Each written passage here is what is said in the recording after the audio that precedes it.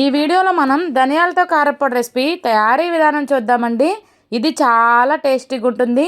ఇడ్లీ దోశ కాకుండా రైస్లో ఈ కారప్పొడి నెయ్యి వేసుకొని తింటే సూపర్గా ఉంటుంది. ఇంకా ఈ రెసిపీని కూడా మనం చాలా క్విక్గా చేసేసుకోవచ్చు. ఆ ప్రాసెస్ చూసేద్దాం. అందరికీ నమస్తే, welcome back to my channel. నేను మీ నాగలక్ష్మి. ముందుగా పొయ్యి మీద ఒక కళాయిని పెట్టుకోవాలి. ఇక్కడ నేను 100 గ్రామ్స్ ధనియాలు తీసుకుంటున్నాను. నేను చెప్పే క్వాంటిటీస్ అన్ని దీనికి కరెక్ట్గా సరిపోతాయి. తర్వాత ఈ కళాయిలోకి ఆయిల్ యాడ్ చేసుకోవాలి. ఈ ఆయిల్ హీట్ అయిన తర్వాత కారానికి సరిపడా ఎండుమిర్చిని తీసుకోవాలి. ఇక్కడ నేను 7 ఎండుమిర్చిని తీసుకున్నాను. వీటిని దోరగా వేగించుకోవాలి. ఎండుమిర్చి చాలా త్వరగా వేగిపోతాయి. ఒక 2 మినిట్స్ లోపే వేగిపోతాయి. దగ్గర ఉండి కలుపుకోవాలి. ఇంక ఈ కలర్ రాగానే తీసి పక్కన పెట్టేసుకోవాలి. మళ్ళీ అదే కళాయిలోకి ఏ కప్పుతో అయితే ధనియాలు తీసుకున్నానో అదే కప్పుతో 1/2 కప్పు వరకు కరివేపాకును తీసుకున్నాను. ఈ కరివేపాకును కూడా వేగించుకోవాలి. దీనిలో ఉన్న పచ్చిదనం పసరవాసన అంతా పోయేంత వరకు వేగించుకోవాలి. అది వేగడానికి ఒక 2 to 3 మినిట్స్ పడుతుంది. ఇలా కలుపుకుంటా వేగించుకుంటూ ఉండాలి. కరివేపాకు హెల్త్కి చాలా మంచిది. ఇలా కారపొడిలో యాడ్ చేయడం వల్ల చాలా టేస్టీగా ఉంటుంది. స్కిప్ చేసే ఆప్షన్ కూడా ఉండదు. ఇంక ఈ విధంగా వేగిన తర్వాత తీసి పక్కన పెట్టేసుకోవాలి. మళ్ళీ అదే కళాయిలోకి 10 నుండి 12 వెల్లుల్లి రెబ్బల్ని దంచి యాడ్ చేసుకోవాలి.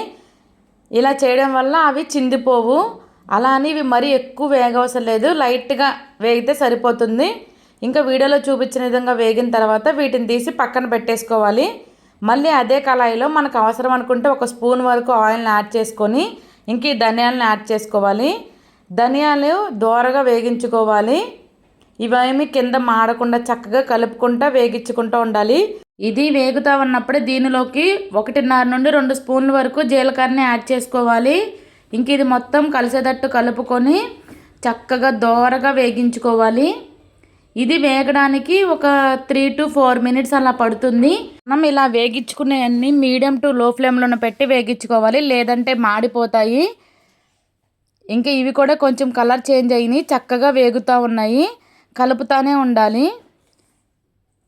ఇంకా అలానే ఫ్రెండ్స్, నా వీడియోస్ మీకు నచ్చితే ఒక్క లైక్ చేయండి, అలానే సబ్స్క్రైబ్ చేసుకోండి. ఇంకా ధనియాలు అనేది ఈ విధంగా వేగిన తర్వాత ఇంక ఈ స్టేజ్లో స్టవ్ అనేది ఆఫ్ చేసేసి పూర్తిగా చల్లారనివ్వాలి. ఇంకా తర్వాత మిక్సీ జార్ తీసుకొని మనం వేగించినవి అన్నీ ఇందులో యాడ్ చేసేసుకోవాలి. అలానే ఒక చిన్న నిమ్మకాయ సైజ్ అంతా చింతపండుని యాడ్ చేసుకోవాలి. ఇందులోనే రుచికి సరిపడినంత సాల్ట్ని యాడ్ చేసుకోవాలి. వీటన్నిటిని మెత్తగా మిక్సీ పట్టుకోవాలి. ఇంకా వీడియోలో చూపించిన విధంగా ఈ విధంగా మిక్సీ పట్టుకోవాలి. ఇది మిక్సీ పట్టేటప్పుడే సాల్ట్ సరిపోయిందో లేదో చెక్ చేసుకొని అక్కడే యాడ్ చేసేసుకోవాలి. ఇంకా అంతేనండి, టేస్టీ ధనియాల కారప్పొడి అయితే రెడీ అయిపోయింది. ఇది ఇడ్లీ దోశల్లోకి అదిరిపోతుంది, అలానే రైస్లో కూడా సూపర్గా ఉంటుంది. ఎవరైనా ఈ రెసిపీ ట్రై చేయకపోతే ఒక్కసారి ట్రై చేయండి, మీకు తప్పకుండా నచ్చుతుంది. అంతేనండి, నా వీడియోస్ మీకు నచ్చితే ఒక లైక్ చేయండి, మీ ఫ్రెండ్స్ అండ్ ఫ్యామిలీకి షేర్ చేయండి. ఇలాంటి టేస్టీ అండ్ సింపుల్ రెసిపీస్ కోసం నా ఛానల్ని వెంటనే సబ్స్క్రైబ్ చేసుకోండి. Thank you for watching. Bye bye.